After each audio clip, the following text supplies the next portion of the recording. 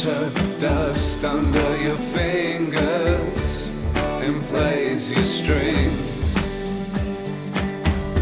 then moves with. Yeah, crowdfunding. It's something I resisted doing for a bunch of years. I mean, it's something we sort of set up a few times to like this idea of letting it be crowdfunded, and I just kind of sort of pride thing would always kick in, and I just wouldn't want to do it. Because this is your 10th album, but the first time you've funded it. It's the first time I've done that, and I think like what finally sort of clicked in my mind was it was not only was it a way of getting resources to make a record, but it was also a way of promoting the record. Like it just seems like a natural sort of independent music project fit, really. The whole industry is changing, isn't it? And that's right, and it's like to embrace that change, I think, is fine. And the other thing about it is it's, you know, there's kind of the stigma of it sort of being a handout sort of thing, and it's really not that. I mean, you're selling stuff to your base, basically. I've done it all kinds of different ways, like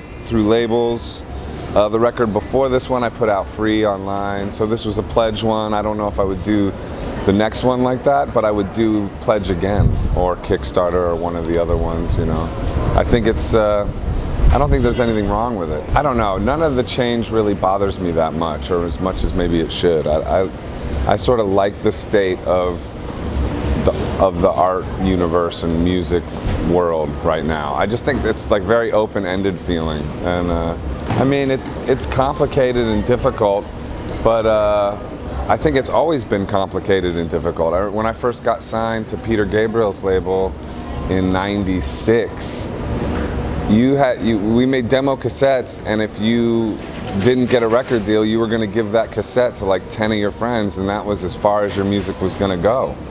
So, and then it was like lightning striking getting a record deal and your music going wider. So it was impossible then too. That's the thing I don't think people talk about enough. Like everybody talks about how impossible it is now, and okay, it is, but it's always been impossible. I think it was impossible with Johnny Cash's day. It was impossible. I need the same of music, need the same of love. Only they can see me reaching out for you.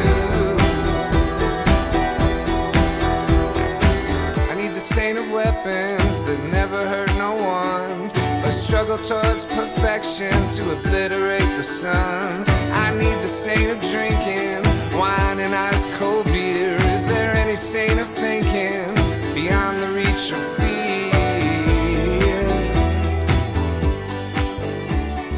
It's been difficult to curate it. There's always usually more than what I need, and usually sometimes I put out stuff that could be considered overlong. What's interesting about this new record, because it's already out in the States, the Ballad of Boogie Christ, a 12-song version. I mastered 35 songs, I think, for it, so it could have been like at one point I thought of it as a triple record, which would have been absurd.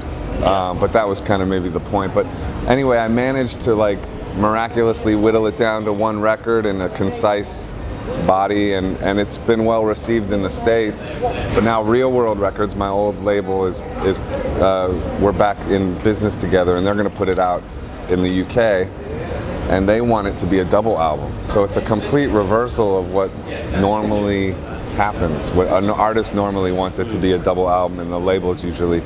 So yeah, I'm trying to be more concise, but no, I think it's fun that it's going to be a different version in the UK, so I'm excited about that. I think it's like, you know, like Charles Bukowski, his advice to writers is don't try, which is like kind of a punk rock sort of statement, but it's also kind of like a Zen sort of philosophy in a way, like, you know, let it flow. I mean, I don't know, talking about how you write a good song, it's like kind of, it's mysterious, I think. I don't know. It doesn't come from your mind, I don't think. It comes from sort of, it's a balance between your mind and your heart and the cosmos, and I don't know. Yeah. I mean, it's, if there was one sort of recipe on how to do it, I think there'd probably be a lot more good songs in the universe.